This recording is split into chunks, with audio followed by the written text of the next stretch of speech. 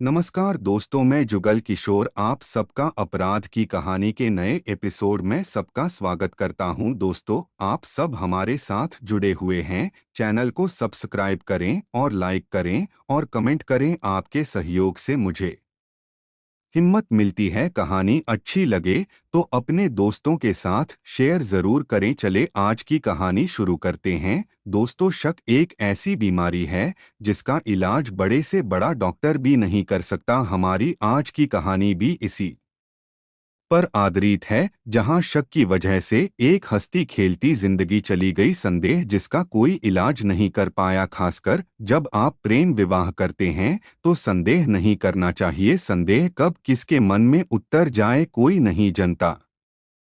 चले आज की कहानी शुरू करते हैं। शक रूपी फांस बड़ी ही खतरनाक होती है। अगर समय रहते इसका समाधान न किया जाए तो यह हंसती खेलती गृहस्थी को तबाह कर देती है। सिपाही शालू गिरी का पति राहुल अगर इस बात को समझ जाता तो शालू को यह खतरनाक कदम उठाने के लिए मजबूर न होना पड़ता। उस दिन जून 2020 की 2 तारीख थी। सुबह के 8 बज रहे थे।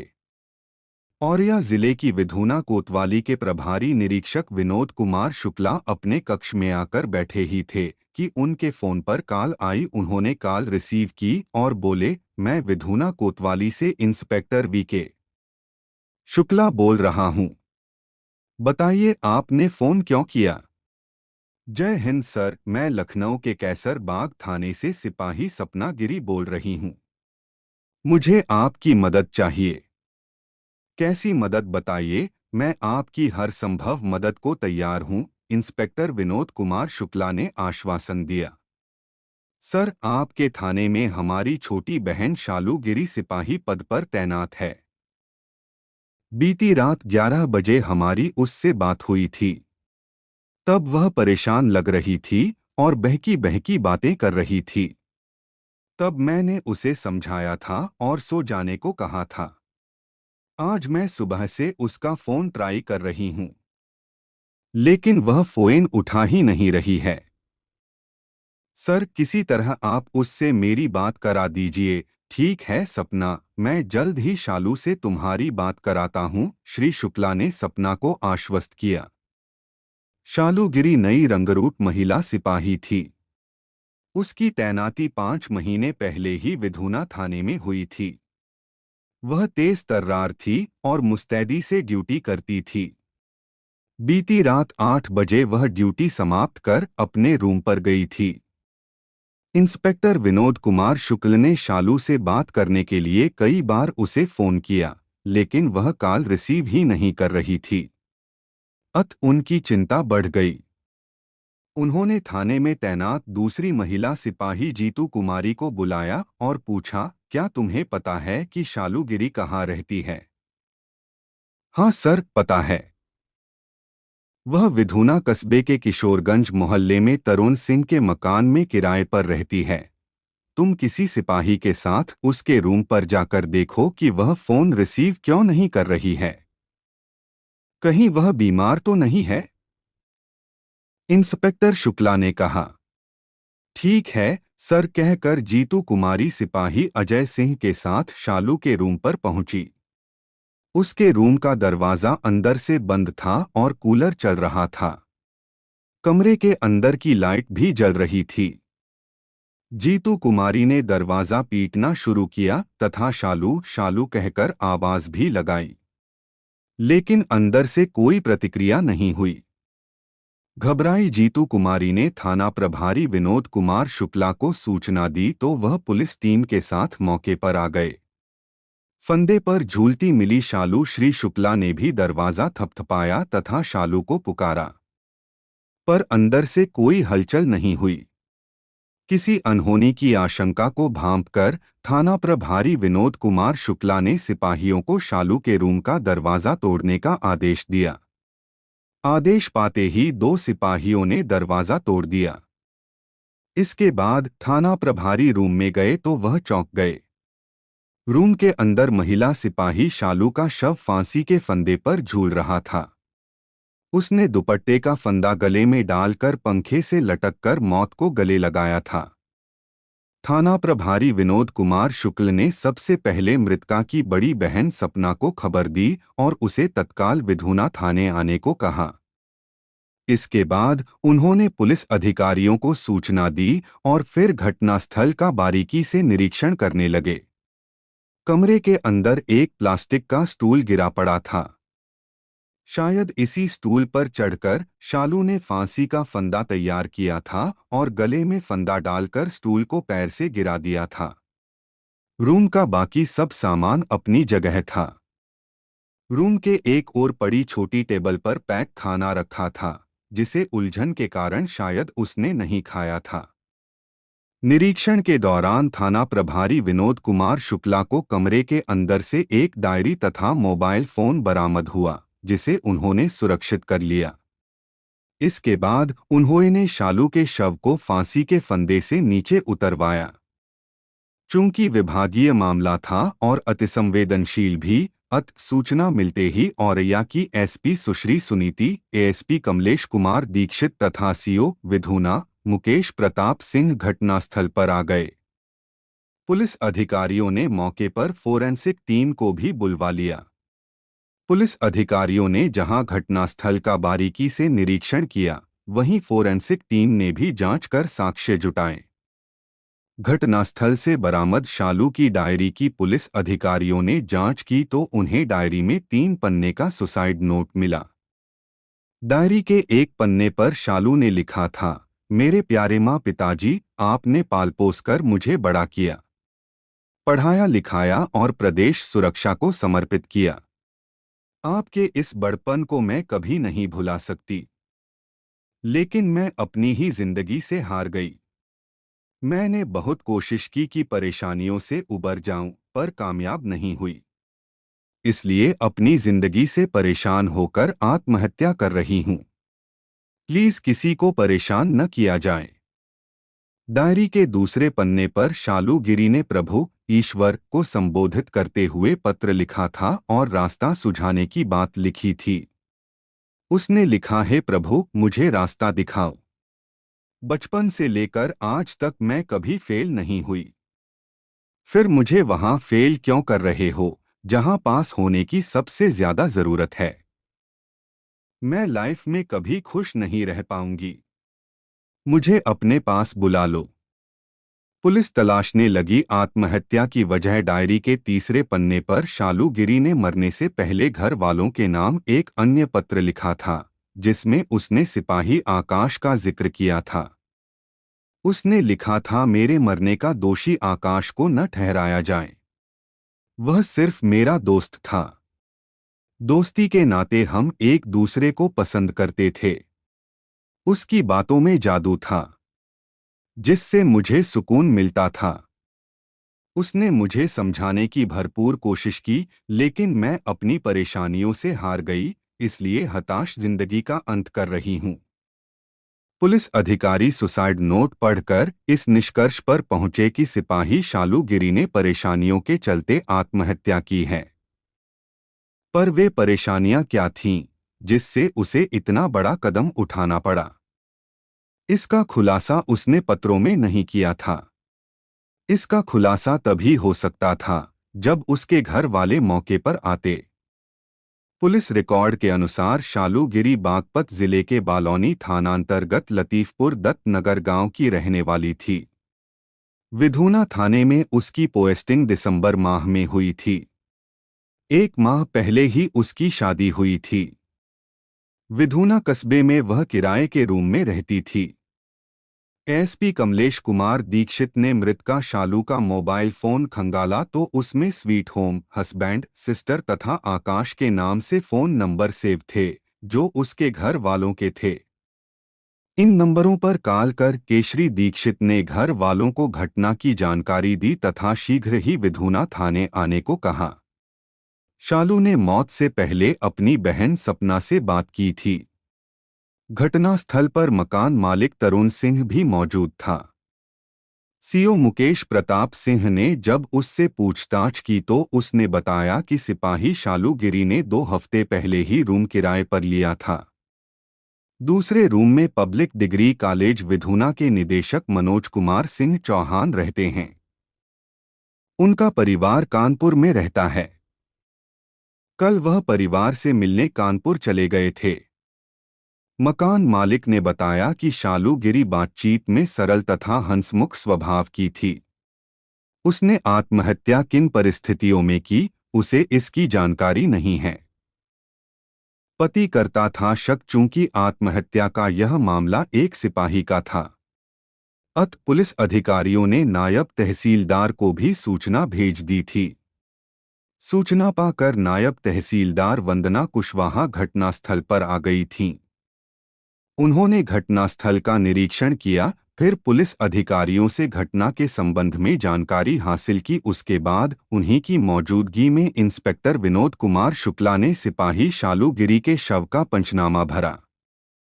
पंचनामे पर नायब तहसीलदार वंदना कुशवाहा ने हस्ताक्षर किए। उसके बाद शव पोस्टमार्टम हेतु औरैया के जिला अस्पताल भिजवा दिया। देर शाम मृतका शालू गिरी के माँ बाप, भाई बहन तथा पति थाना विधुना आ गए। उसके बाद तो थाने में कोहराम मच गया। मां सुमित्रा देवी, पिता राजेंद्र गिरी तथा बहन स्वाति व सपना दहाड़ मारकर रो रही थीं। थाना प्रभारी ने उन्हें धैर्य बंधाया। फिर थाना प्रभारी उन सबको उस रूम में ले गए जहां शालू ने आत्महत्या की थी। वहां एक बार फिर कोहराम मच गया। थाना प्रभारी विनोद कुमार शुक्ला ने आत्महत्या का कारण जानने के लिए सबसे पहले मृतका शालू की मां सुमित्रा देवी से पूछताछ की। सुमित्रा देवी ने बताया कि शालू उनकी लाडली बेटी थी। वह बेहद खुशमिजाज थी। अभी 1 महीना पहले ही उसकी शादी पड़ोस में रहने वाले इलम चंद्र के बेटे राहुल से हुई थी। राहुल शालू को खुश नहीं रखता था, जिससे वह परेशान रहने लगी थी। राहुल शालू पर शक भी करता था। वह उसे मानसिक तौर पर भी टॉर्चर करता था। उसके कारण ही शालू ने आत्महत्या की है। पिता राजेंद्र गिरी ने बताया कि वह किसान हैं। बेटियों को पढ़ाने व उनका भविष्य बनाने के लिए उन्होंने सब कुछ दांव पर लगाया। शालू सिपाही बनी तो बेहद खुशी हुई। इसके बाद शालू की मर्जी से उसका विवाह राहुल के साथ कर दिया। लेकिन शादी के बाद उसकी खुशी गायब हो गई थी। 1 जून सोमवार को शालू की बात उसकी मां सुमित्रा से दिन में 2:30 बजे हुई थी। तब वह परेशान थी और जिंदगी से उबने की बात कर रही थी। तब हम दोनों ने उसे समझाया था और जिंदगी को निराशा से आशा में बदलने की बात कही थी। लेकिन उसने रात में आत्महत्या कर ली। शालू की बड़ी बहन सपना, जो लखनऊ के कैसरबाग थाने में सिपाही है, ने बताया कि ट्रेनिंग के बाद जब शालू की पहली पोस्टिंग विधुना थाने में हुई तो वह बेहद खुश थी। सप्ताह में 1-2 बार उसकी उससे बात जरूर होती थी। शादी के पहले वह बेहद खुश रहती थी। हंस हंस कर बतियाती थी और चुहलबाजी भी करती थी। लेकिन शादी के बाद वह गुमसुम रहने लगी थी। उसने फोन पर बात करना भी बंद कर दिया था। जब कभी बात होती तो कहती कि वह अपनी जिंदगी से खुश नहीं है। जी चाहता है जिंदगी खत्म कर लूं। शायद शालू अपने पति राहुल से खुश नहीं थी, क्योंकि वह शालू पर शक करता था। सिपाही आकाश को लेकर राहुल के मन में गलत धारणा घर कर गई थी। आकाश को लेकर ही राहुल उसे मानसिक तौर पर परेशान करता था, जबकि शालू और सिपाही आकाश के बीच सिर्फ दोस्ती थी। दोनों एक दूसरे के व्यक्तित्व से प्रभावित थे और आमना सामना होने पर हंस बोल लेते थे। सपना ने बताया कि बीती रात 11 बजे कई बार नंबर मिलाने के बाद उसकी शालू से बात हुई थी। तब वह बहकी बहकी बातें कर रही थी। बात करते करते उसने फोन डिस्कनेक्ट कर दिया था। उसके बाद जब सुबह उसने फोन मिलाया तो शालू फोन रिसीव ही नहीं कर रही थी। तब घबराकर मैंने आपको फोन किया था और शालू से बात कराने को कहा था। लेकिन कुछ देर बाद आपने सूचना दी थी कि शालू ने आत्महत्या कर ली है। पत्नी की मौत की खबर पाकर राहुल भी अपने पिता इलम चंद्र के साथ थाना बिधूना पहुंचा था। थाना प्रभारी विनोद कुमार शुक्ला ने जब राहुल से पूछताछ की तो उसने बताया कि उसने शालू की रजामंदी से उसके साथ प्रेम विवाह किया था। शादी के बाद उसे पता चला कि शालू की दोस्ती किसी आकाश नाम के सिपाही से है। वह मोबाइल फोन पर उससे बतियाती है। आकाश को लेकर उसने शालू से टोकाटाकी की थी। इससे वह उससे नाराज रहने लगी थी। पर वह आत्महत्या जैसा कदम उठा लेगी, ऐसा तो उसने कभी सोचा नहीं था।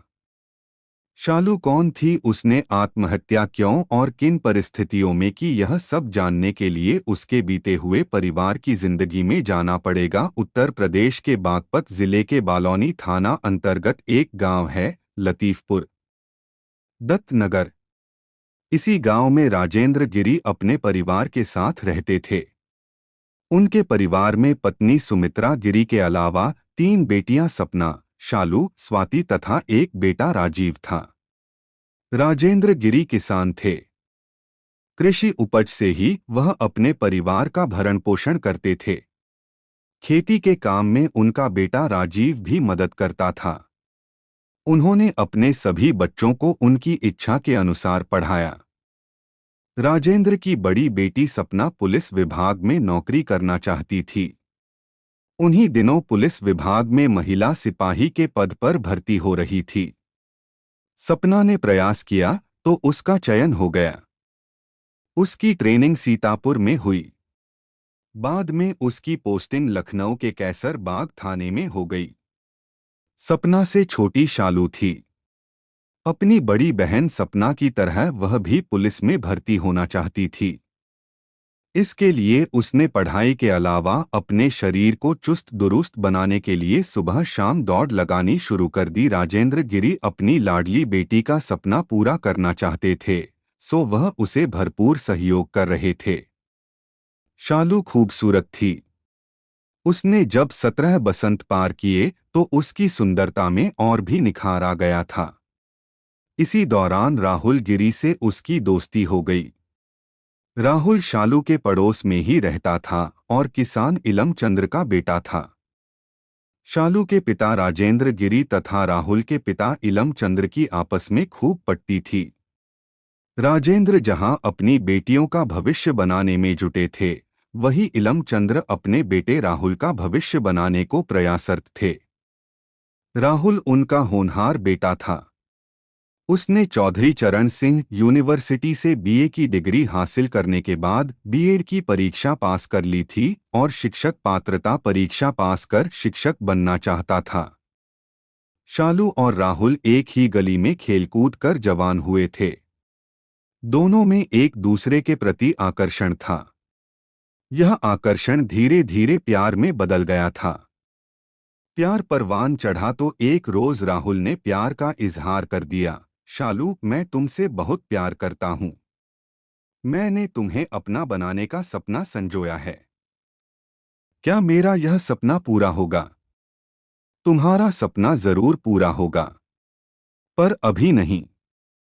अभी समय है अपना कैरियर बनाने का। तुम्हारा सपना है शिक्षक बनने का और मेरा सपना है पुलिस में नौकरी करने का।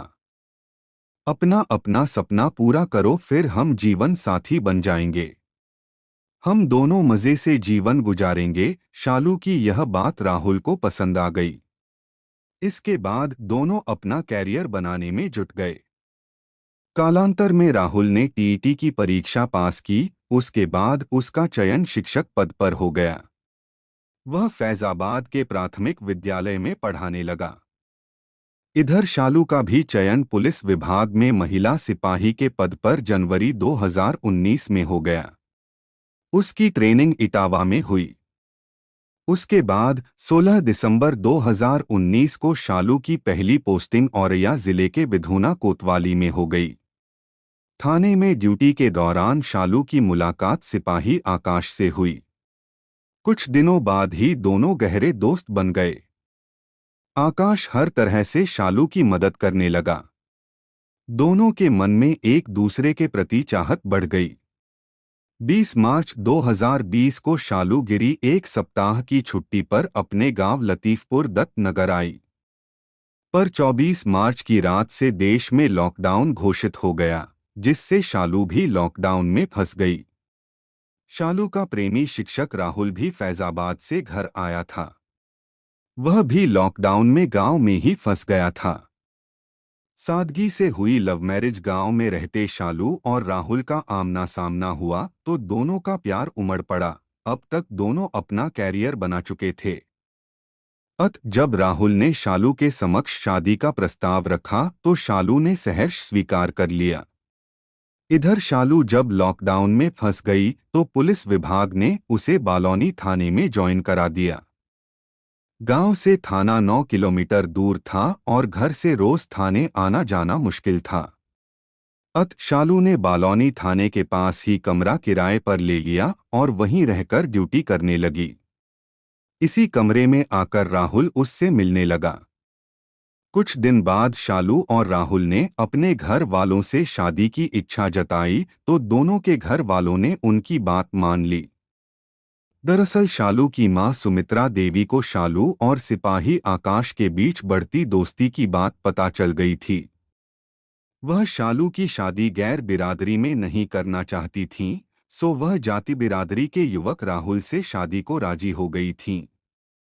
दोनों परिवारों की रजामंदी के बाद 26 अप्रैल 2020 को लॉकडाउन के दौरान ही शालू और राहुल ने एक दूसरे के गले में वरमाला पहनाकर प्रेम विवाह कर लिया। दोनों परिवारों की मौजूदगी में प्रेम विवाह बालौनी के उसी कमरे में संपन्न हुआ जिसमें शालू रहती थी। शादी के बाद राहुल और शालू पति पत्नी की तरह उसी कमरे में रहने लगे। पति पत्नी के बीच दरार तब पड़ी जब सिपाही आकाश का नाम शालू की जुबान पर आया। दरअसल शालू देर रात तक सिपाही आकाश से बतियाती थी। पूछने पर वह आकाश को अपना दोस्त बताती थी। आकाश को लेकर राहुल के मन में शंका पैदा हो गई, जिससे वह उसके चरित्र पर शक करने लगा। शक के कारण दोनों के बीच तनाव की स्थिति रहने लगी। 3 मई 2020 को बालौनी थाने से शालू को रिलीव कर दिया गया और 5 मई को उसने वापस विधुना कोतवाली में ड्यूटी ज्वाइन कर ली। इसके बाद उसने विधुना कस्बे के किशोरगंज मोहल्ले में तरुण सिंह के मकान में किराए पर रूम ले लिया और रहने लगी। शालू शादी कर जब से वापस थाने आई थी तब से वह गुमसुम रहने लगी थी, लेकिन वह अपना दर्द किसी से बयां नहीं करती थी। इस दर्द का कारण उसका पति राहुल ही था। वह जब भी शालू से फोन पर बात करता था, उसके चरित्र पर उंगली उठाता था। इधर जब से शालू ब्याह रचाकर वापस लौटी थी, तब से उसका सिपाही दोस्त आकाश भी उससे कतराने लगा था। उसमें अब न पहले जैसी दोस्ती थी और न ही प्यार सम्मान। वह अब दोजख में फंस गई थी। एक ओर उसका पति मानसिक चोट पहुंचा रहा था, उसके चरित्र पर शक कर रहा था, तो दूसरी ओर सिपाही दोस्त आकाश भी उसे पीड़ा पहुंचा रहा था। ऐसे में शालू परेशान हो उठी। आखिर में उसने हताश जिंदगी का अंत करने का निश्चय कर लिया। 1 जून 2020 को शालू ड्यूटी गई और रात 9 बजे वापस अपने रूम पर आई। उस रोज भी वह परेशान थी और निराशा उसे घेरे थी। रात 11 बजे बड़ी बहन सपना का फोन आया तो उसने उससे बहकी बहकी बातें की, फिर फोन डिस्कनेक्ट कर दिया। उसके बाद उसने सिपाही आकाश को फोन किया, लेकिन उसने फोन रिसीव ही नहीं किया। इसके बाद शालू ने अपनी डायरी के 3 पन्नों पर सुसाइड नोट लिखा, फिर रात लगभग 12 बजे फांसी के फंदे पर झूल गई। घटना की जानकारी तब हुई जब सपना ने सुबह विधुना थाना प्रभारी विनोद कुमार शुक्ला के मोबाइल पर जानकारी दी और शालू से बात कराने का आग्रह किया। इसके बाद विनोद कुमार शुक्ला जब शालू के रूम पर पहुंचे तब शालू फांसी के फंदे पर झूलती मिली। उन्होंने शव को कब्जे में लेकर जांच शुरू की तो शालू की हताश जिंदगी की व्यथा सामने आई। चूंकि शालू के पति राहुल के खिलाफ शालू के घर वालों ने कोई रिपोर्ट दर्ज नहीं कराई थी, अतः विधुना पुलिस ने इस प्रकरण को बंद कर दिया था। दोस्तों, आपको कहानी अच्छी लगी हो तो चैनल को सब्सक्राइब जरूर करना और लाइक कमेंट भी कर देना। आपका लाइक और शेयर मुझे हिम्मत देता है। कल फिर आपसे मिलेंगे एक और नई कहानी के साथ। तब तक अपना ख्याल रखें। धन्यवाद।